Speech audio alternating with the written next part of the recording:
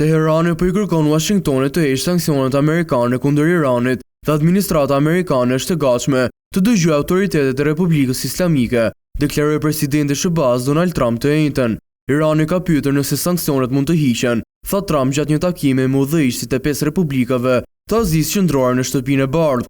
Irani ka sanksione shumë të rënda nga SBA-ja dhe kjo ua vështirëson shumë atyre të bëjnë atë që do të donin të ishin në gjendje të bënin. Dhe unë jam I hapur ta dëgjoj këtë dhe të shohim se çfarë do të ndodhë, por do të ishe I hapur për këtë, është shprehur Trump. Më 4 shkurt Trump nënshkroi një urdhër ekzekutiv për të rivendosur presionin maksimal të Washingtonit mbi Teheranin. Dokumenti synon ndër të tjera të parandalojë Republikën Islamike nga pajisja me armë bërthamore. Ai gjithashtu parashikon që Washingtoni të intensifikojë përpjekjet për të ulur eksportit iraniane të naftës. Gjatë natës së 13 qershorit, Izraeli nisi një operacion ushtarak kundër Iranit. Më pak se 24 orë më vonë, Teherani u kundërpërgjigj. Në ditë më vonë në orët e parë të 22 qershorit, avionet amerikan shënjestruan 3 centralet bërthamore iraniane në Fordo, Natanz dhe Isfahan, duke hyrë praktikisht në konflikt. Mbrëmjen pasardhëse Teherani krijoi një sulm me raketa në Al Udeid, bazën më të madhe ushtarake amerikane në rajon, të vendosur në Katar, ndërkohë armëpushimi hyri në fuqi më 24 qershor.